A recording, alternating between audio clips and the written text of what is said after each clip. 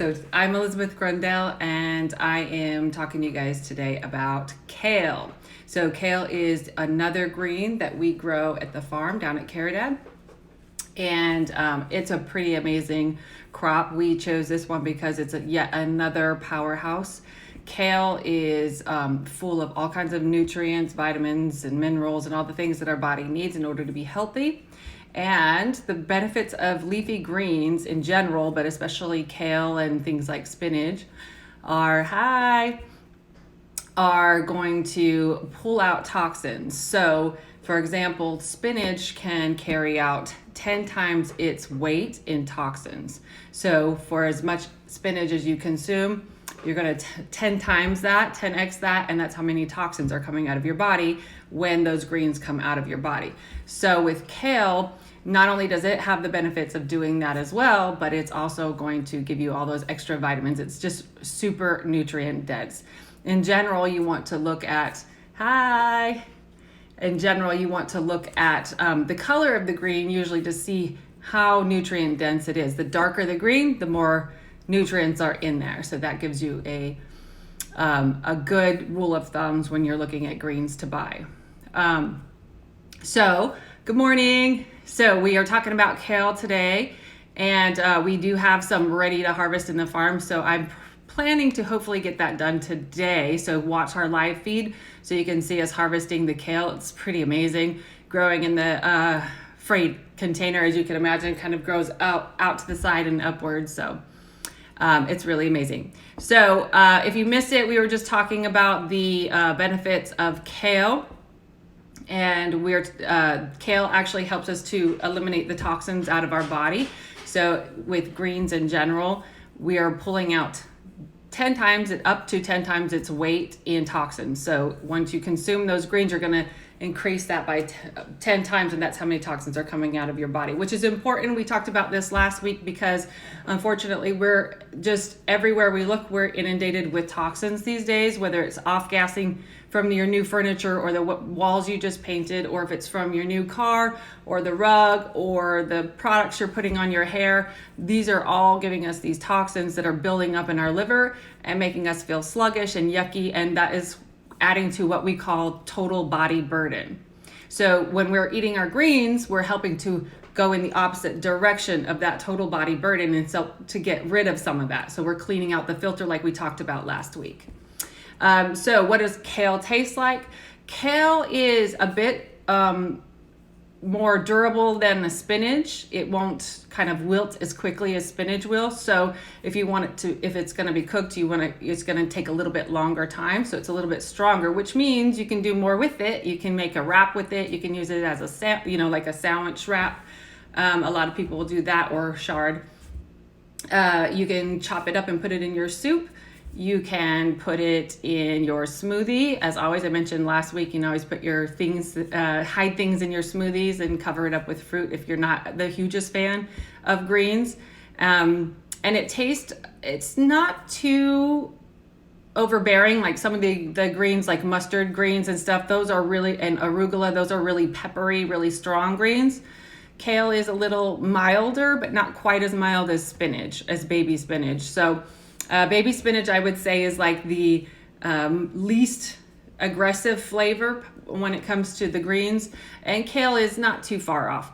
It is in the cruciferous vegetables family, so it's in the same family as like broccoli, Brussels sprouts, and all of those. So if you're familiar with the benefits of all of those things, you're going to know that kale is going to be a great resource for you as well. Typically when I work with women with hormone imbalances, usually the cruciferous vegetables are where we go, because that helps to eliminate the extra hormones in the liver that gets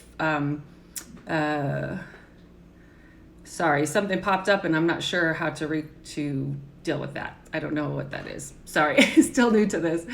If you guys have any questions, don't forget, just type them in the box down below, and I'm going to try to answer them as I go.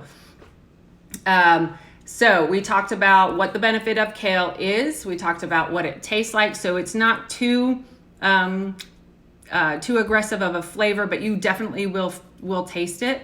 And the ways that you can use it are in your soup, in your smoothie. Oh, I'm sure you've seen kale chips in the store, and I've actually tried to make those.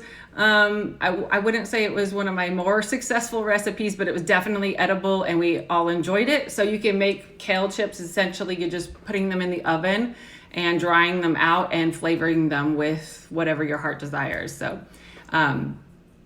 yeah, so that is it. I'm trying to think of, so if you are healing from anything, which is a big issue for, well, a lot of my clients, this is a great one. So you can juice this.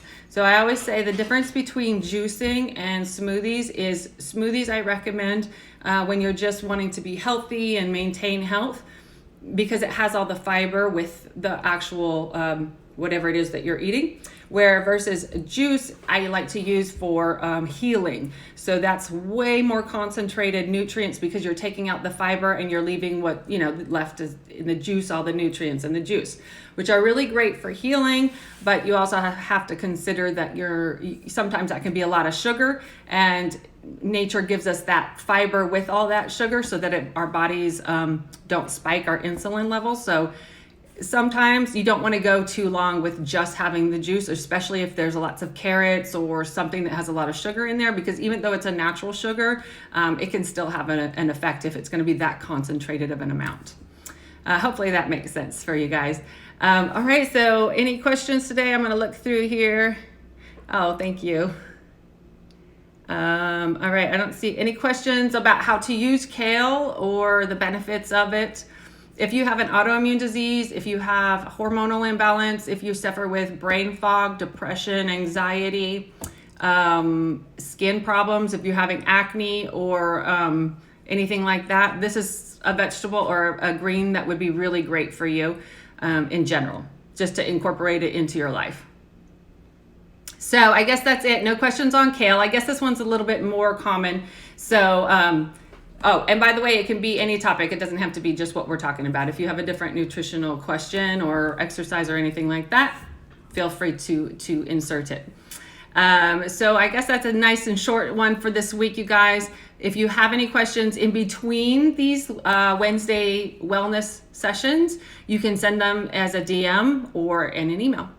And don't forget to check out Caridad's live feed, because like I mentioned at the beginning, we are posting most of the things that we do during the day on there, so you can follow us. I'm going to probably be harvesting a little bit later today, so check that out. You'll be able to see that.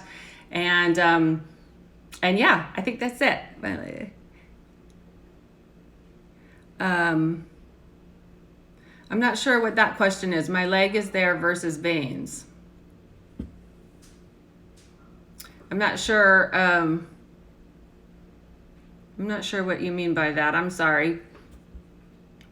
I'll give you a second and see if I can see something else.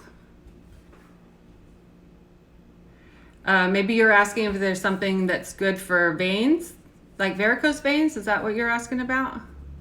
If so, I'll just say usually that's an inflammation of a vein. So things that are going to be anti-inflammatory, so bringing down the inflammation would be good for something like that. Many other things are factors as well, but without knowing exactly what's going on, I would suggest anything that's anti-inflammatory. Okay, good. So that's turmeric, ginger. There's plenty of nature's resources, medicine cabinet for bringing down inflammation. I will say most of us in this modern world are having a diet that's super inflammatory. So not only taking in things that are anti-inflammatory, but you also want to think about the other things that you're eating that are causing the inflammation in the first place. The most common culprits are dairy, gluten, eggs, peanuts cause a lot of problems, believe it or not, and did I say gluten? Gluten and dairy are the biggest culprits, and unfortunately, meat can be very, if you're overdoing it, can be very inflammatory as well. Okay. Okay, so that is it for today, you guys. If you need any more nutritional advice or workout stuff, you guys can check out my personal page, which is thegruendellmethod.com, or you can watch us here, and every Wednesday we'll be talking about something different, and you can give us your questions here. All right, talk to you guys later.